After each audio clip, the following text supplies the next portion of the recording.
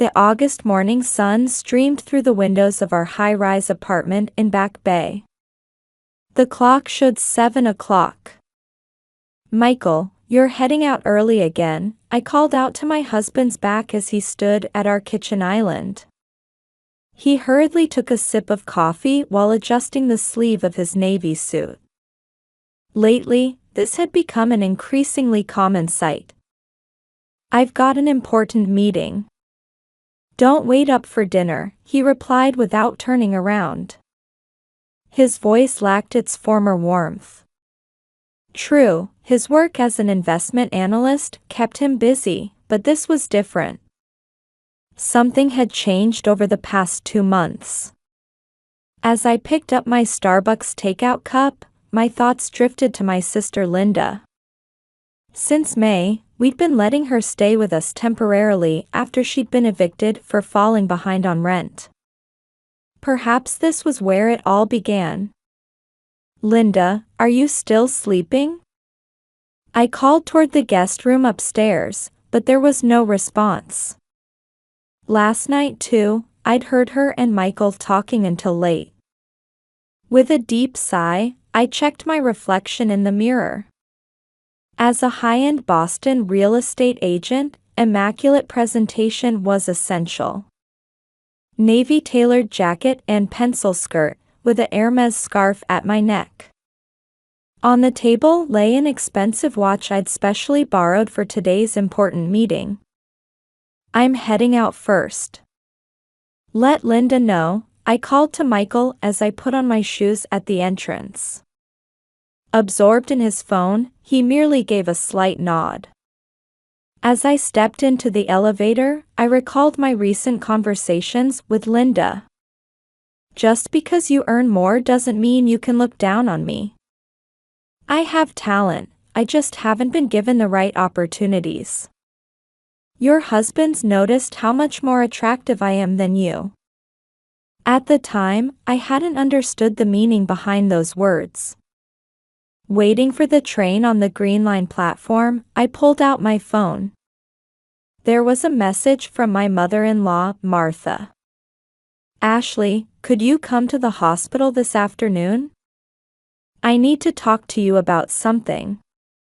Martha, hospitalized with heart disease, thought of me as her own daughter. Her presence was my emotional anchor these days. Looking out the train window at the Boston cityscape, I reflected. I'd worked desperately in this city until I was earning $300,000 a year. But perhaps that success was threatening to destroy something precious to me. Recently, Michael had seemed distinctly uncomfortable at my promotion celebration dinner. When clients addressed Mrs. Wilson, he'd frowned at realizing they meant me. His sense of inferiority about his $200,000 salary seemed to grow day by day. On my way to the office building in the financial district, I checked my phone. No messages from Michael. Instead, there was an unread message from Linda blinking. "I'm going out drinking with Michael tonight." A small seed of anxiety took root in my chest at that message.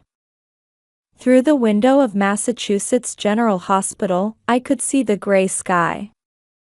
The August rain quietly trickled down the window pane, merging with the steady rhythm of the foredrip. It was just past 6 in the evening. The antiseptic smell permeating the room was somehow calming. This morning had felt different. Michael had left unusually early, and Linda was still sleeping. Before heading to work, I'd checked the luxury watch in the safe. As I'd suspected, it was gone. But at that moment, I still couldn't imagine the worst. "Ashley, I'm so glad you come to visit every day," Martha, my mother-in-law, spoke to me in a weak voice from her hospital bed. Though her complexion wasn't good, her eyes still held their usual gentle light. An 4-tube ran into her thin arm. "You're like a mother to me too," I said, gently squeezing her hand. The warmth of her touch was my greatest comfort now. Her condition, which had worsened since June, was gradually stabilizing. But thinking about what I had to tell her made my chest ache. Just then, my smartphone vibrated in my pocket. It was a message from Michael. A message that, when I saw it on the screen, made my world stop. Dear Ashley, let's end this. I've decided to start a new life with Linda. We used your luxury watch to fund our fresh start. This is my final message. Goodbye. My hands trembled slightly, but I couldn't let my voice betray me. I didn't want to worry Martha. I took deep, slow breaths. Read the message again. The memories of our cohabitation since May flashed through my mind like a slideshow. Linda using my cosmetics without permission. Her blatant behavior toward Michael. And their increasingly frequent outings together. All the dots were now connecting into a single line. Michael's demeanor had changed right after I closed a major deal and got promoted. At the celebration party that night, he'd been fidgety throughout. While everyone else was congratulating me on my success, he alone seemed out of place. Linda had been there too. She'd shown up in a flashy red dress, acting as if she were the star of the show. She'd sat next to Michael, frequently whispering in his ear. Looking back, perhaps they'd already become intimate by then. Ashley? You look pale. Martha's voice brought me back to reality. Outside, the rain had intensified. The fluorescent lights in the hospital room cast a cold, white glow. I'm fine. Just a little tired, I answered with my best attempt at a smile. Then I turned to my smartphone's keyboard and typed a brief reply. Enjoy yourselves. After hitting send, I let out a deep sigh. They didn't know that I had witnessed Michael rummaging through the house safe last Friday. They knew nothing about who really owned that watch. Since July, something had been off about the two of them. Michael's overtime increased, and his outings with Linda became more frequent. While I was busy with work, they must have been meeting in secret. My credit card statements showed large payments at unfamiliar restaurants. I remembered a conversation I'd overheard between them one night last month. They'd been sitting close together on the living room sofa. We're alike, you and I. Both suffering in Ashley's shadow. I can't take it anymore. Having her success thrown in my face. We deserve happiness too. Ashley doesn't need to monopolize everything, does she? That night, I'd quietly returned to my room. And began making necessary preparations. Consulting a lawyer. Filing a police report. And installing surveillance cameras in the safe. From the hospital room window, I looked down at the rain-soaked Boston streets. The lights of the high-rises shone against the cloudy sky. My smartphone vibrated again. This time it was the police. Mrs. Wilson, thank you for your call. We've confirmed the surveillance camera footage.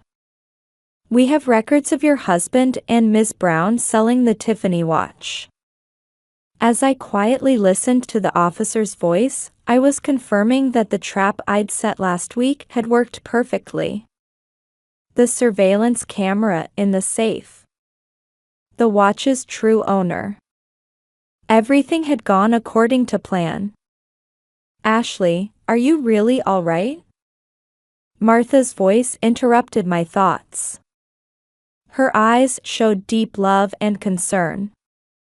Yes. If anything, this has made everything clear. I answered with a gentle smile. Outside, the rain grew stronger, beating against the hospital room window, as if heralding the storm to come. My phone screen displayed Michael and Linda's airline ticket reservations to California. They must think they can slip away quietly. One-way tickets to Los Angeles. Like something out of a movie. But they would soon realize the consequences of their betrayal. I quietly stood up and walked to the window. Boston's rain silently watched over the beginning of what fate had in store. The conference room at Boston Police Headquarters was enveloped in darkness. Detective Murphy spread out documents before me. Surveillance camera footage, bank transaction records, and Tiffany's sales records. All perfect evidence. Mrs. Wilson, the situation is clear. Your husband and Ms. Brown sold the watch at Tiffany's on Newberry Street yesterday at 3 p.m. The sale price was $500,000, far below market value. I slowly set down my coffee cup. Outside, the rain continued to fall. Could I see the surveillance camera footage? The screen showed Michael and Linda. They kept gazing at each other, laughing together. Like newlyweds. Michael wore an expression I'd never seen before, his arm around Linda's shoulders. We also have details about their escape plan. Detective Murphy pulled out new documents. One-way tickets to Los Angeles, departing tomorrow at 11 a.m. And a rental contract for an apartment in Santa Monica, California.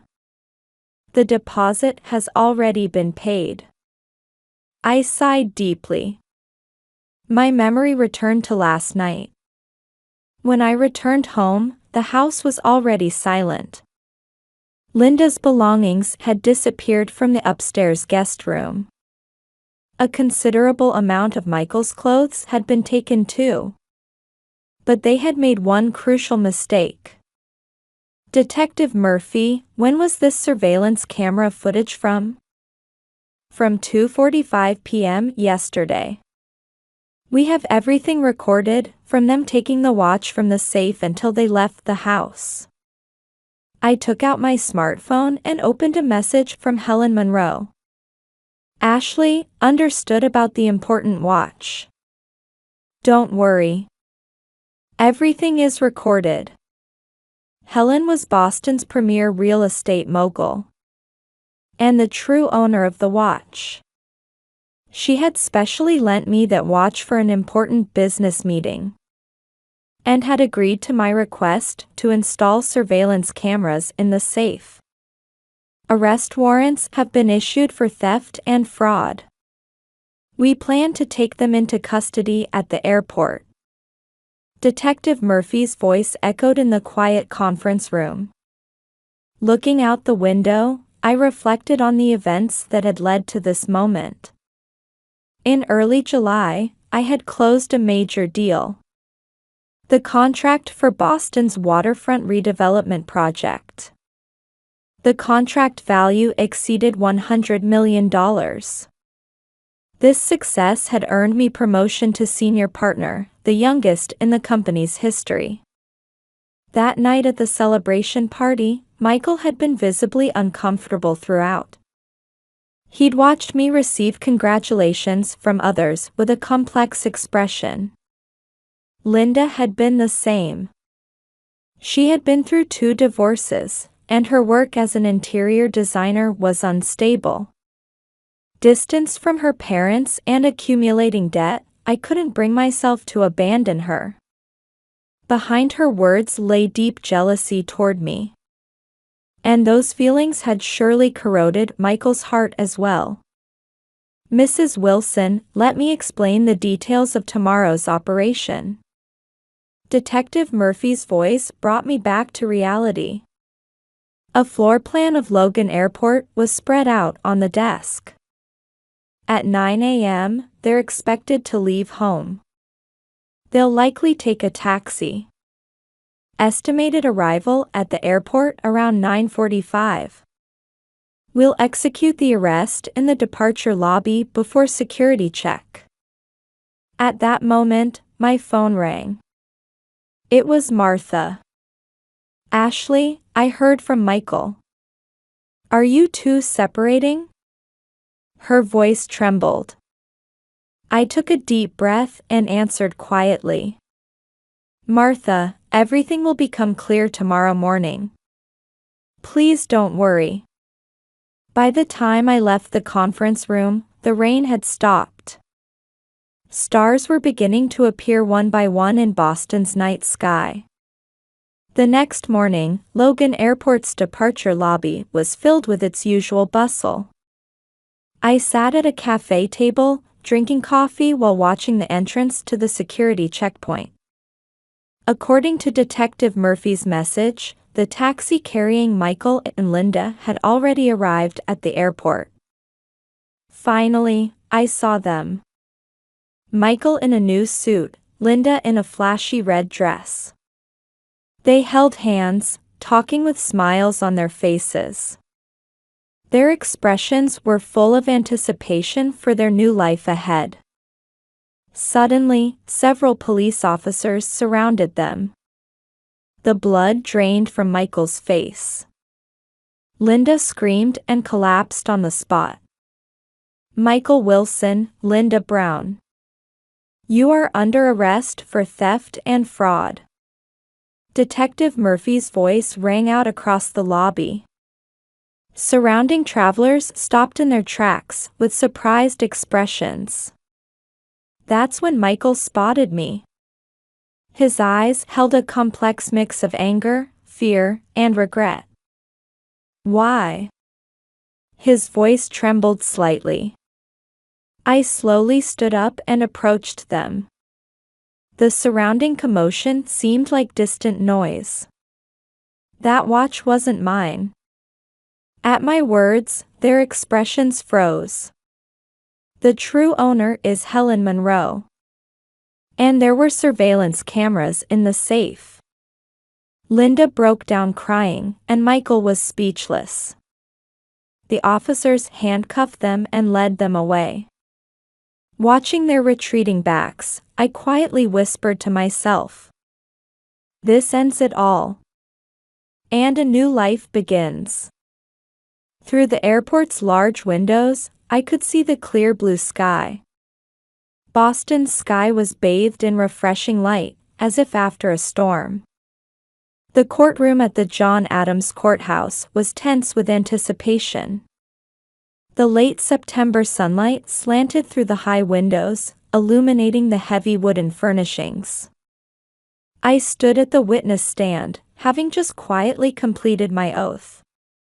Judge Sarah Harrison, a dignified woman in her 70s, surveyed the courtroom with a stern expression. Witness, please explain about the watch.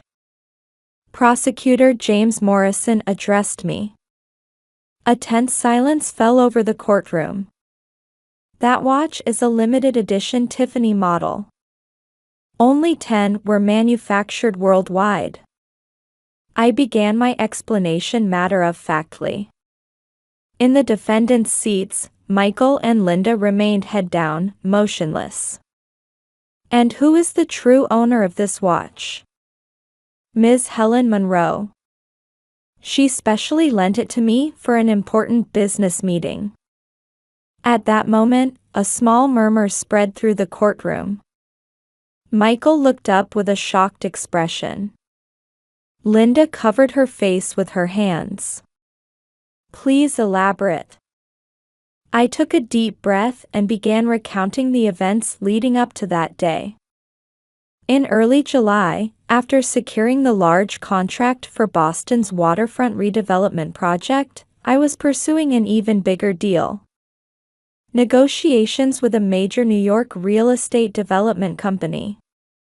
The contract value exceeded $200 million, the most important case of my career. For that meeting, Helen Monroe specially lent me that watch. The prosecutor presented new photographic evidence.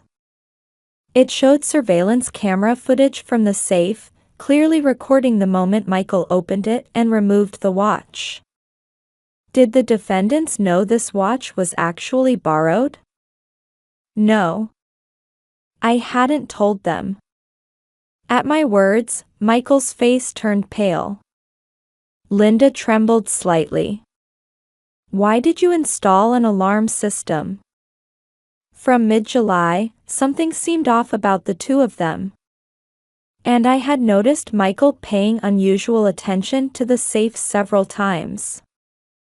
I explained the situation in detail.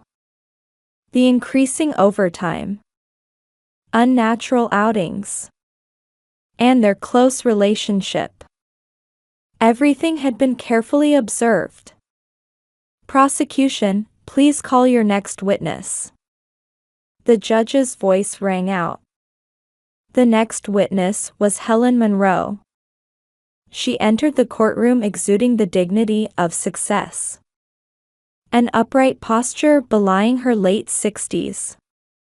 Dressed in a Chanel suit, her natural makeup highlighting her energetic expression. Ms. Monroe, please tell us about your relationship with the stolen watch. Helen smiled gently. That watch is one of my collections. A special Tiffany model limited to 10 pieces worldwide, priced at $2 million. A murmur spread through the courtroom. Why did you lend such an expensive watch to Mrs. Wilson? Ashley is like a daughter to me. I highly value her talent and integrity. And for that important meeting, she needed to demonstrate appropriate prestige to her business partners. Helen continued quietly. Considering the possibility of theft, I suggested installing surveillance cameras in the safe. It was a natural precaution for protecting a $2 million watch. The blood drained further from Michael's face. Linda began sobbing. For how much did the defendants sell this watch? $500,000. Helen's answer caused another stir in the courtroom. That's less than a quarter of its actual value, correct? Yes. Moreover, the sale was completely illegal. I hold ownership rights to the watch, and no one had authorization to sell it. The trial continued into the afternoon after a recess. In the hallway, I exchanged words with Helen. Ashley, your calm judgment was correct. I nodded slightly at her words. In the afternoon session, Michael and Linda's defense presented their arguments. However, against the decisive evidence, it was merely a futile resistance. Defendants, do you have any final statements? At the judge's question, Michael slowly stood up. I was foolish. I couldn't genuinely be happy for my wife's success. And that sense of inferiority drove me mad. His voice trembled. When I met Linda and we empathized with each other, we lost our reason. Our jealousy and hatred toward Ashley blinded us. Linda also stood up and began speaking through tears. I hated you. Your success seemed to highlight my life's failures, but that was all my own weakness. The verdict was as expected. Michael received a 2-year prison sentence. Linda was given a 1-year suspended sentence. And they were ordered to pay $2 million in damages.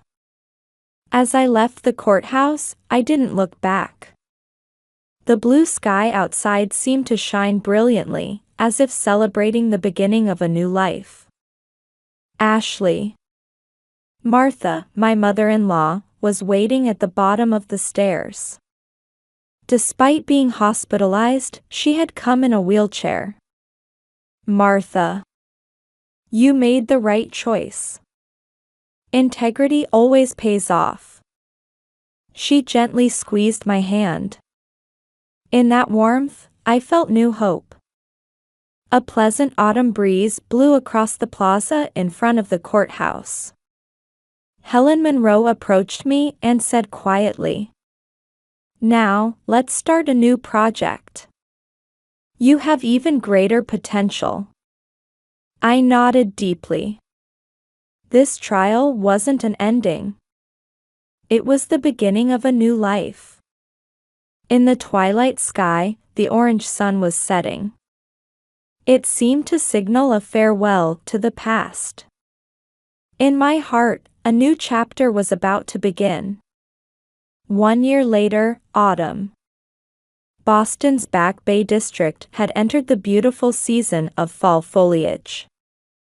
Red and yellow leaves danced along Commonwealth Avenue's tree-lined street, accompanied by the laughter of people enjoying weekend brunch. I was having coffee with Helen Monroe at a cafe on Newbury Street. The Wall Street Journal lay open on the table, featuring a large article about our new project. A fresh wind in Boston real estate, Helen Monroe and Ashley Wilson's innovative initiative. "Ashley, you've done remarkably well this past year." Helen smiled gently. Our new joint venture had achieved even greater success than anticipated. Next generation environmentally conscious high-rise development. It was more than just business, it was the embodiment of our ideals. "Helen, it's all thanks to your guidance." "No, this is your talent. You've grown stronger after overcoming that ordeal." I gazed out the window. Among the passers-by, I occasionally spotted familiar faces. Former colleagues and business contacts. They all gave me warm glances. Michael was still serving his sentence in prison. Several letters had arrived from him, but I hadn't replied. That was my way of drawing a line under the past. I heard that Linda, while on probation, had started a new life on the West Coast. Though still estranged from her parents, she was attending counseling and gradually beginning to examine herself. "By the way, how are things progressing with David?" I blushed slightly at Helen's question. David Carter was an architect gaining attention in environmental building design. We'd met through our project, and lately, we'd been going out to dinner more frequently on weekends. Slowly, but surely. Helen nodded with satisfaction at my answer. There's no need to rush. True love needs time to nurture. In the afternoon, I visited Massachusetts General Hospital. Martha's condition had improved significantly over the past few months. "Ashley, I saw today's newspaper. I'm so proud."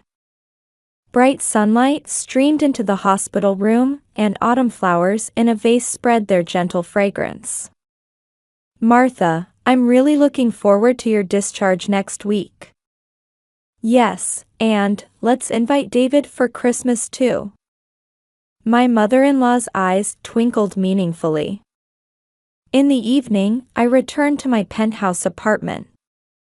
Standing on the terrace overlooking the Charles River, watching the sunset, I reflected on the past year.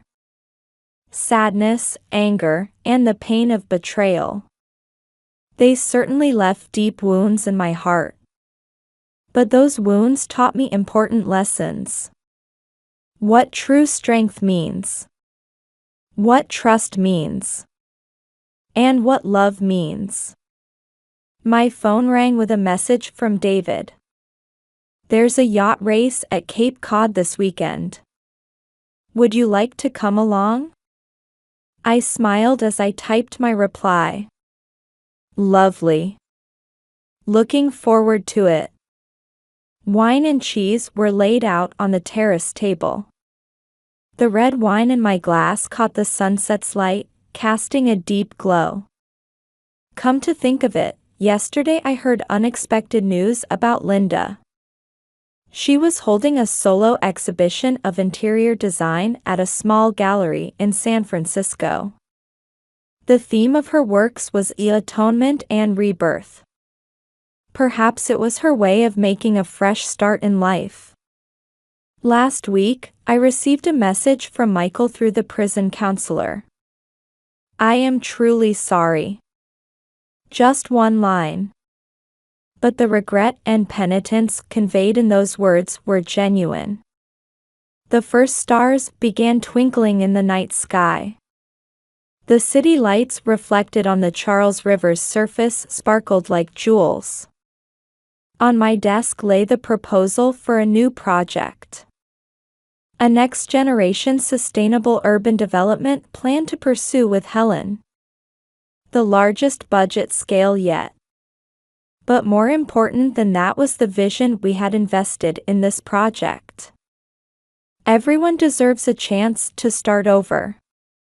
That was a phrase Helen often used. I took a deep breath and turned my gaze to the night view. In this city, I had been wounded and healed. Betrayed and found new bonds. The clock showed 8 in the evening. Bach's Air on the G-string began playing from the grand piano in the living room. This was David's favorite piece. Besides being an architect, he was also an amateur pianist. Tomorrow, there would be a press conference for the new project. Then lunch with David. And on the weekend, the yacht race at Cape Cod. Life moves in unexpected directions. But that's not necessarily a bad thing. Perhaps it's that very unpredictability that makes life rich and fascinating. Leaning against the terrace railing, gazing at the city lights, I smiled quietly. This is my new life. And this story has only just begun. In Boston's night sky, the stars increased their brilliance one by one.